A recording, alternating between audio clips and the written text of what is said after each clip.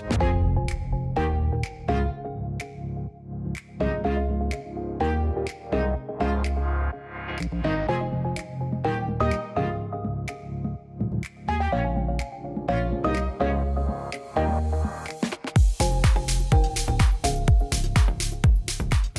నమస్కారం. నేను మీ Hema Subramanian home cooking తెలుగుకి స్వాగతం.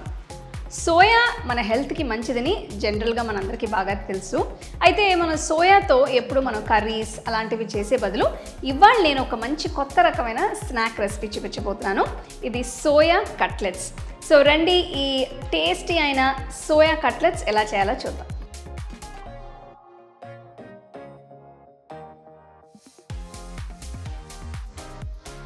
సోయా కట్లెట్స్ చేయడం కోసం నేను 1 కప్ సోయా చంక్స్ అంటే సోయా మీల్ మేకర్ని వేడి నీళ్ళలో నానబెట్టబోతున్నాను.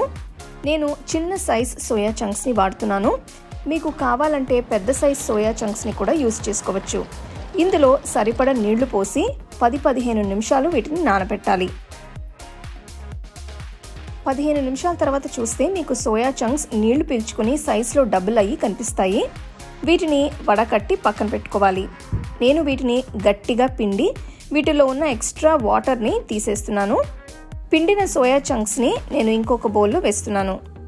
వీటిని పూర్తిగా చల్లారించి ఒక మిక్సర్ జార్లో వేయాలి. ఇవి కాస్త బరక్కా అయ్యేట్టు రుబ్బుకోవాలి.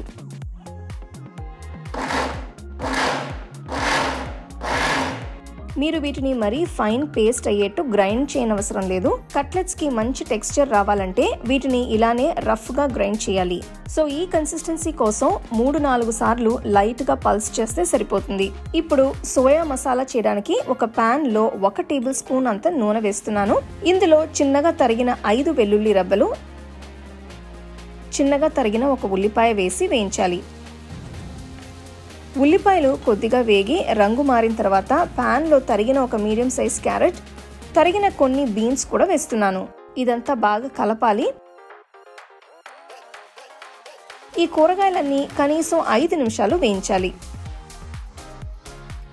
ఇప్పుడు బరక్కా రుబ్బుకున్న సోయా మిశ్రమాన్ని ఇందులో వేస్తున్నాను. ఇదంతా మళ్ళీ ఒక్కసారి కలపాలి.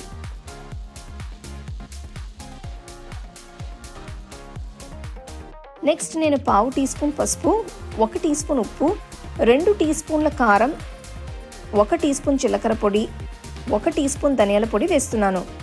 వీటిని బాగా కలపాలి.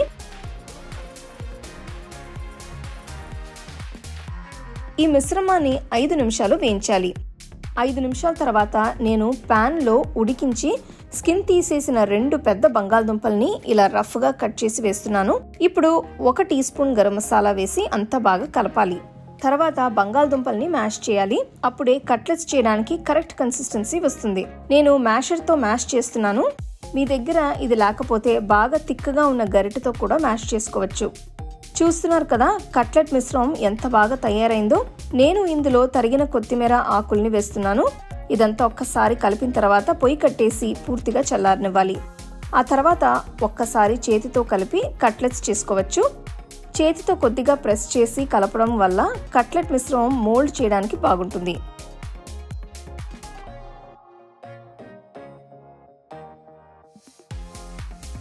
అంతే, ఇది రెడీ అయింది కాబట్టి చేతిలోకి కొద్దిగా తీసుకుని ప్యాటీస్ లాగా తయారు చేయాలి.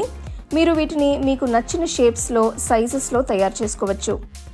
నేను ఇలా రెగ్యులర్గా ప్యాటీలానే చేసి పక్కన పెడుతున్నాను.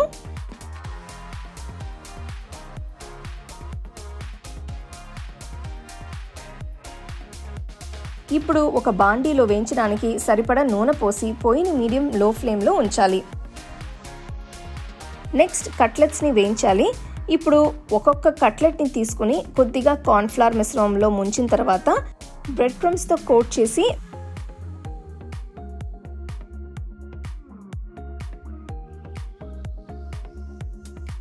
వేడెక్కిన నూనెలో జాగ్రత్తగా వేసి వేయించాలి.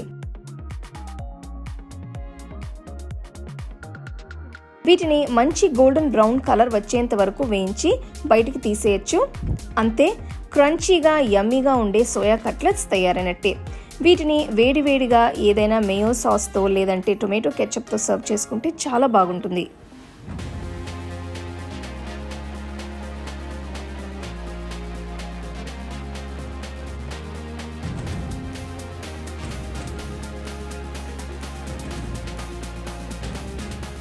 వావ్, సోయా కట్లెట్స్ చూస్తానికి ఎంతో టేస్టీగా ఉన్నాయి కదా. బయట బాగా క్రిస్పీగా, లోపల మసాలాతో చాలా అద్భుతంగా ఉంటుంది. ఇది మీకు ఈవినింగ్ స్నాక్స్, టీ టైమ్ స్నాక్స్కి పర్ఫెక్ట్గా ఉంటుంది. అలాగనే దీన్ని మీరు కెచప్తో కానీ మేయోతో కానీ పెట్టుకొని తింటే చాలా చాలా టేస్టీగా ఉంటుంది. పిల్లలు కూడా బాగా ఇష్టపడి తింటారు. తప్పకుండా ఈ రెసిపీని మీరు ట్రై చేసి ఎంజాయ్ చేయండి.